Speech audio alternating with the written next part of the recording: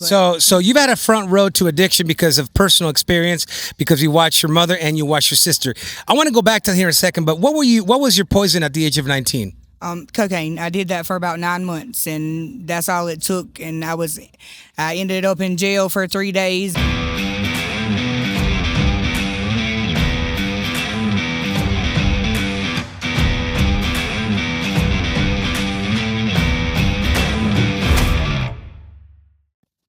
Hey, what's up, everyone? It's Jorge with Full Circle International. Before we find out what's going on in Rebecca's life, I want to give a big thanks to everyone who watches the videos, shares the videos, likes the videos, comments on the videos.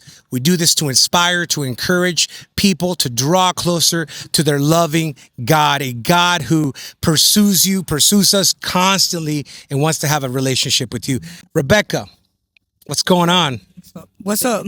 Yo, what does your shirt say? I'm a project that keeps Jesus busy. I am a project that keeps Jesus busy. Is that a fact? I would say so. Facts, yo. That makes two of us. Wow. And so what has kept him busy about Rebecca? Why are you a project that he's continuously working on? Because I really grow every day. Great answer. Wow, what a great answer. How are you growing right now? What's going on in your life that's causing growth in your life? I like to help with the outreach, and we serve the community typically 3 days a week, and we feed the homeless and the people who need it. And we offer prayer, and we just, if they want help, we point them to the right direction. That's awesome. So you got a servant's heart. And today, on this Sunday afternoon, you've teamed up with Place of Grace, and they're following Fish Ministry. That really is open to any church and anyone who wants to team up in Lock Arms. You're here. We got the grill out. We got some music, and we're just loving on people, praying for people. Rebecca, what drives you to serve people week after week the way you do? To show them there's another way, and to show them the love of Jesus, and just to give them opportunity. If they want a chance, we offer it to them. We also feed and give shoes, clothing, and stuff like that to the homeless and the people who need it. Man, that's what's up. And by the way, in case you're not familiar with the Richmond County area here in North Carolina, we are at ground zero. East Rockingham is ground zero for all the madness, the homelessness, and the drug addiction that's currently an epidemic, not just here locally, but in the world. And we're here at the front lines fighting it. Now, what has God done in Rebecca's life that has provoked this compassion towards others? Well, at the age of 19, I willingly, I wasn't on probation or anything. I willingly went to a 2-year, it was behavior modification and drug treatment. But the behavior modification really helped me because I was age 19. So you needed some behavior modification. I'm curious to ask, what type of behavior modification? Basically, you work there. There's rules just like there is in the world. I mean, you're not allowed to talk to the opposite sex. You're not allowed to, like, for a whole year, you're not allowed to say hey and bye. If you would forget to sign out the keys or do something like that, like, you have to.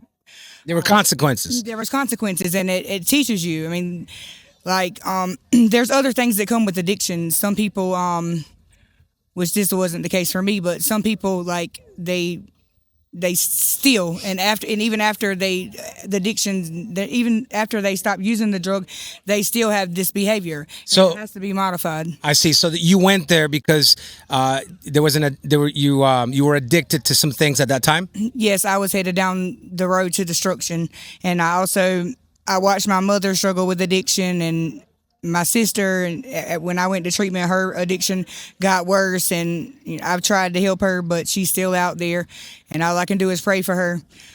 So you've had a front row to addiction because of personal experience, because you watched your mother and you watched your sister. I want to go back to here in a second, but what was your poison at the age of 19? Cocaine. I did that for about 9 months, and that's all it took. And I ended up in jail for 3 days, and I ended up in jail for 3 days, and then I ended up in jail for another day, and I didn't go back. I went to, I think it was Daymark or some, I don't think it was Daymark. It was somewhere uptown. I'm not sure the name of it. But the lady looked at me, and I told her that I wanted to go somewhere for a long time. I said, I don't want to go for 30 days. I want to go for a long time. And she said, okay, you're going to Trosa. And that's where I went, and I stayed there, and I never looked back. Man, that showed some maturity there at that time. You know, you were mature enough to say, hey, I need help. And man, that should always be the case, but unfortunately it isn't. A lot of us are hesitant to ask for help. I'm glad you did. So what led Rebecca down this dark path of 9 months of using cocaine? What broke you? What wounded you as a child or as a teenager? What was that one event in your life?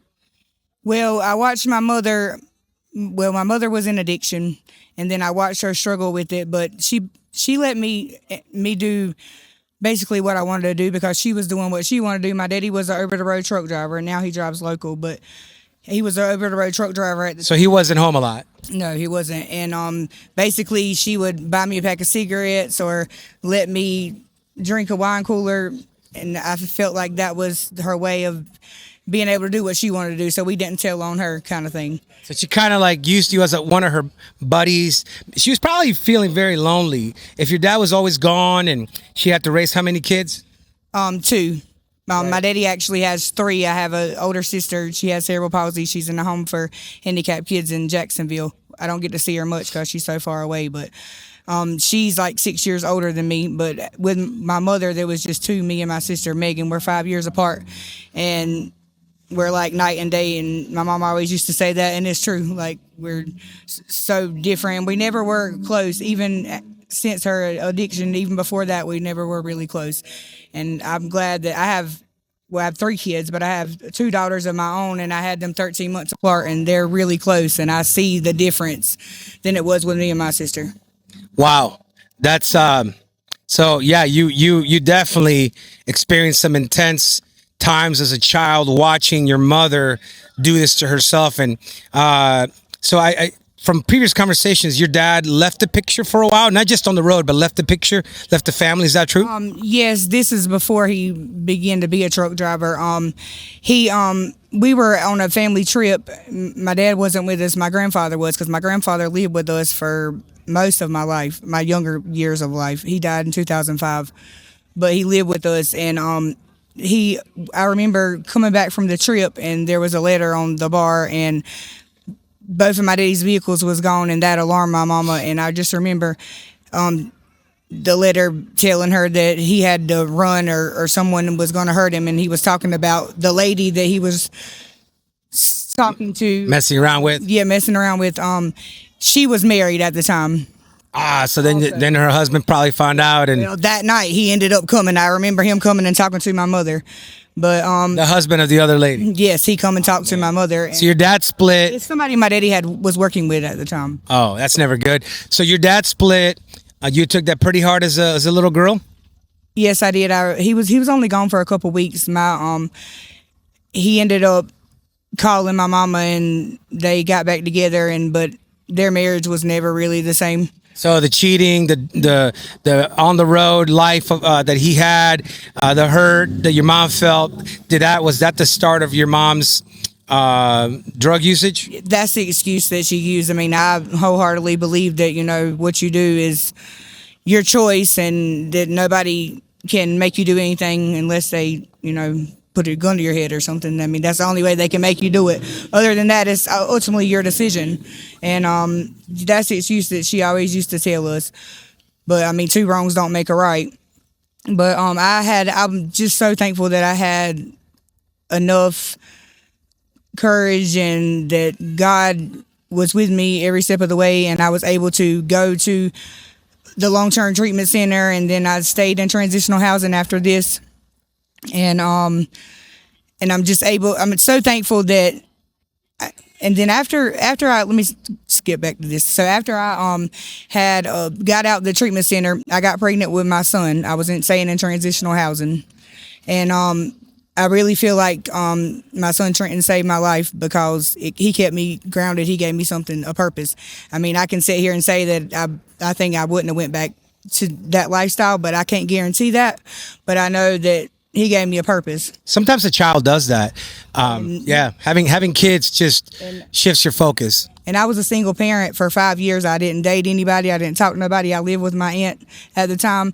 And I was a single parent. And then I said, I'm going to wait until the Lord sends me someone or till I'm ready. And then I prayed about it. And I met my husband that I have now. And we've been married 6 years. We've been together 8. And since then, we've had 2 more kids. 2 beautiful girls. Now, I gotta brag on you a little bit. You stopped the cocaine at 19. You haven't touched that crap since then? Nope. Good for you. And I know that you recently quit. Why don't you tell everybody what you recently quit doing? Smoking cigarettes. Man! And how many months now nicotine free? Since September. That's a big deal. So right there where you're at, I need you to applaud, give a big round of applause to Rebecca. You smoked since when you were young, right? Yeah, since I was 12. Wow. What was the hardest part about quitting smoking? I just prayed about it, and I got tired of spending all that money, and it's just not good. I mean, I was smoking over a pack of cigarettes a day. I just heard somebody that I love today, a man of God, say, "Hey, you know what? You know, if you smoke cigarettes, you'll still get into heaven. You'll just go there quicker." So now, real quick, what would you say to those people that are in the pit of addiction right now? Anything that you want to do, you can do if you set your mind to it and you allow God to work in your life. And one thing that's helped me heal and grow is helping others. Boom. Facts. And that's why you do what you do every week. I help others at my job. I help others in the community. I help others anywhere. I've always had a helping and a giving heart.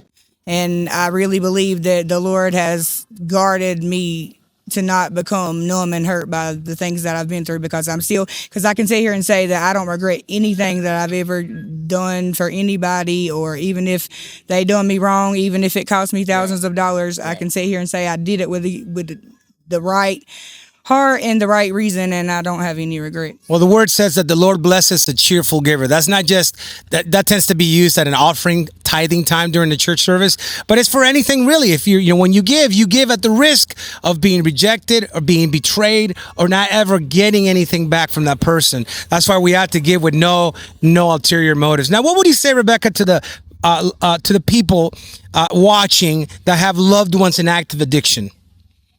Just continue to pray for them. If they want help, be there for them. I don't believe in enabling, because that makes things worse, but as long as they want to do right, be there for them and get them the help that they need, and just pray. I mean, that's all you can do. You can't make nobody do anything.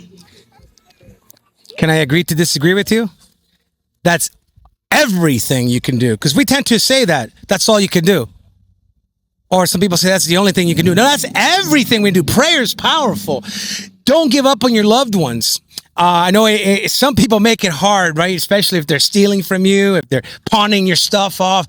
Don't give up on them. Give them and set them in the Lord's hands. And that is a tough. You have to have boundaries, though. I mean, 1,000%. You definitely have to have boundaries, and you should have boundaries anywhere, at work, at home, at church, and anywhere. Boundaries are biblical. And 1,000. Absolutely. My mom always said to me, "Son, I handed you over to the Lord. I'm just glad you came back. You got all your arms and legs, and you're alive." But that's what a parent has to do. You got to get to the point where you're like, "Lord, here's my son. Here's my daughter. Have your way." Yes, even if it means death. If that happens, Lord, save my son, save my daughter. Man, it's so good to have this conversation with you, Rebecca. I appreciate you opening up and telling me a little bit about your story, being vulnerable enough to share some intimate details. It's easy for some people and it's not for others. Any last words you want to tell people, the viewers watching today?